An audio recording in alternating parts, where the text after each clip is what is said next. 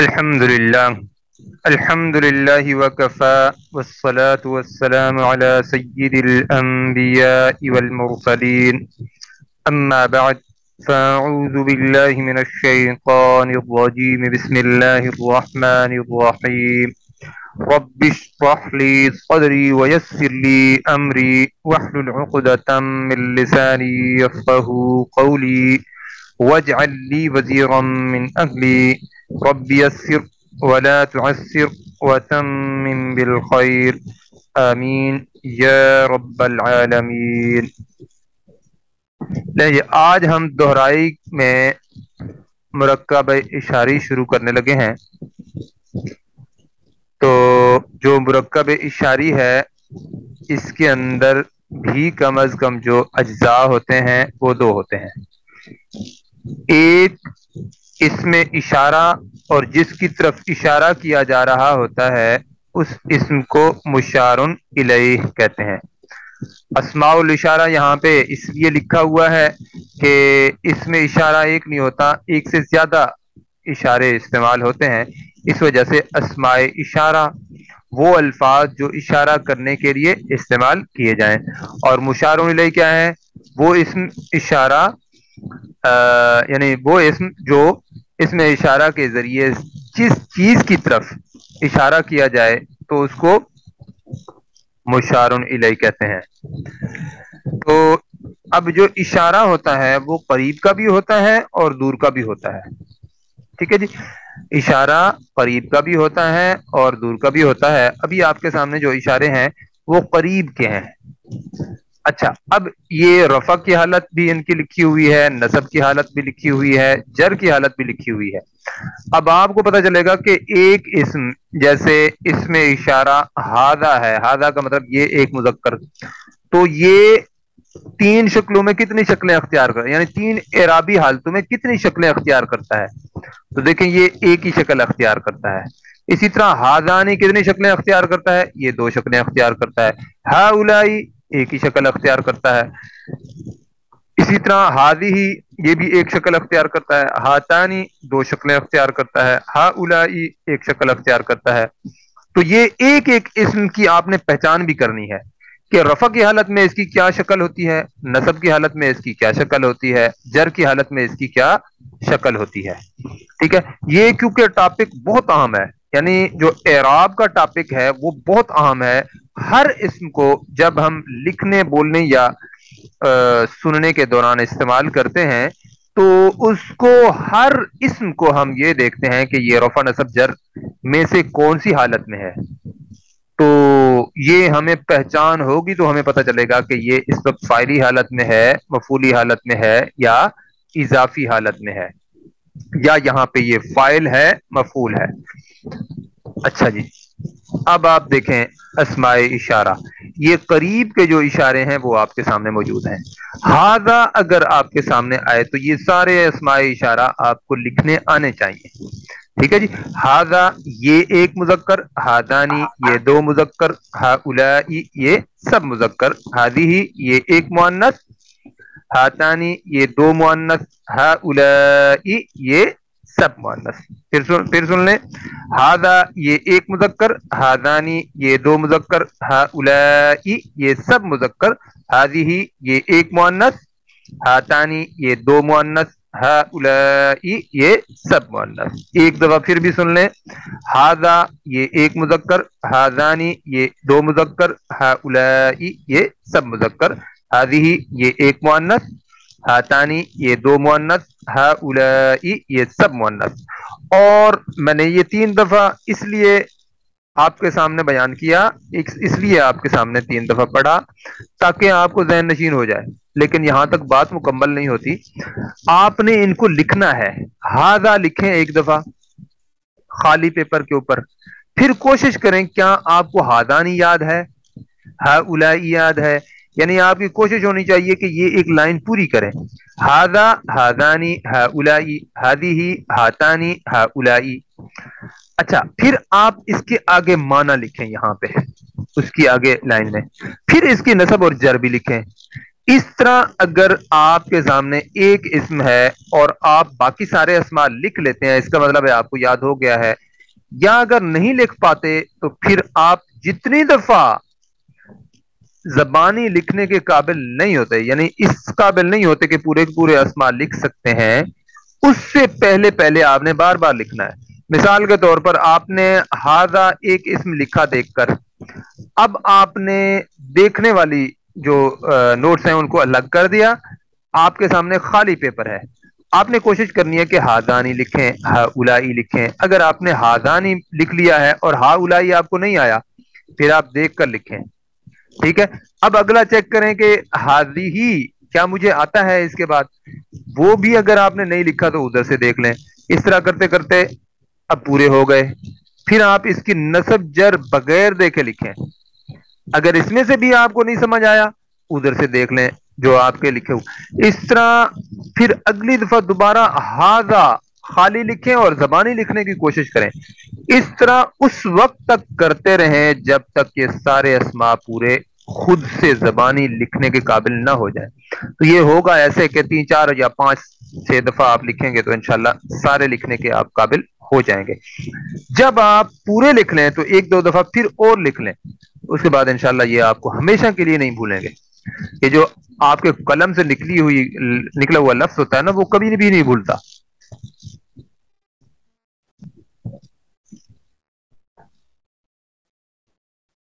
وہ ایسے ہیں، سیم تو ہیں، لیکن انسان کو یہ بھول جاتا ہے کہ ہا اولائی مذکر کے لیے بھی استعمال ہوتا ہے اور مؤنث کے لیے بھی استعمال ہوتا ہے، اور پھر بعض دفعہ بھول جاتا ہے کہ ہاذانی پتہ نہیں مذکر کے لیے استعمال ہوتا ہے یا مؤنث کے لیے استعمال ہوتا ہے۔ یہ میرے ساتھ وہ چیزیں جو میرے ساتھ ہوئی ہیں میں وہ آپ کو بتاؤں گا نا، تو یہ چیز ذہن میں نہیں رہتی کہ ہاذانی پتہ نہیں مذکر کے لیے استعمال ہوتا ہے یا مؤنث۔ ہاں ہاتانی کنفرم ہوتا ہے کیونکہ اس کے ساتھ تا بھی ہے، موجود ہے، ٹھیک ہے۔ تو یہ چیزیں آپ نے ذہن میں رکھنی ہے اور اللہ بہتری کرے گا انشاءاللہ۔ اصل بات یہ ہوتی ہے کہ بھائی ایک بندہ جو ایفرٹ کرتا ہے، محنت کرتا ہے، اس کی محنت اللہ کبھی ضائع نہیں کرتا۔ اور آپ دیکھیں اللہ رب العزت نے تو قرآن مجید میں جو اہم مضامین ہیں کئی کئی دفعہ بیان کیے ہیں تاکہ تذکیر کا لیول مستقل برقرار رہے، یعنی بار بار یاد دہانی کرنی ہے۔ اور دیکھیں ہم نماز کے اندر سورۃ فاتحہ مستقل پڑھتے ہیں، وہ کیوں پڑھتے ہیں؟ اس کے اندر ہم نے بار بار اللہ سے ہدایت بھی مانگنی ہے۔ کیا ہدایت ایک دفعہ مانگنا کافی نہیں ہے؟ نہیں، اصل میں ہم بھول جاتے ہیں نا۔ پھر ہم کیا کہتے ہیں؟ ایاک نعبد و ایاک نستعین، اللہ ہم آپ کی عبادت کرتے ہیں اور آپ ہی سے مدد چاہتے ہیں۔ یہ کیا ہے؟ یعنی ایک یہ دعویٰ ہے نا۔ پھر ہم بھول جاتے ہیں، پھر دعویٰ کرتے ہیں، پھر بھول جاتے ہیں، پھر دعویٰ کرتے ہیں۔ یہ روز کا ہمارا معمول ہے، اور اللہ رب العزت نے یہ سارا کچھ کیوں بتایا ہے؟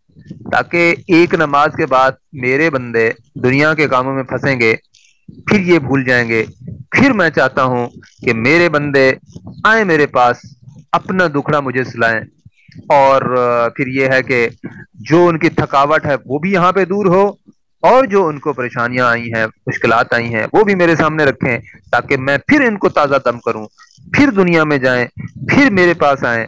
تو یہ ایک پورا پروسیس ہے جو مستقل چلتے رہنا ہے۔ اور اللہ رب العزت نے یہاں پہ تو یہ نماز کے دوران اس طرح کی کیفیت ہے، باقی قرآن مجید کے اندر بھی اسی طرح ہے۔ عام عام مضامین جو ہیں وہ بار بار آئے ہیں تاکہ لوگوں کو جو ہے یاد دہانی کروائی جائے۔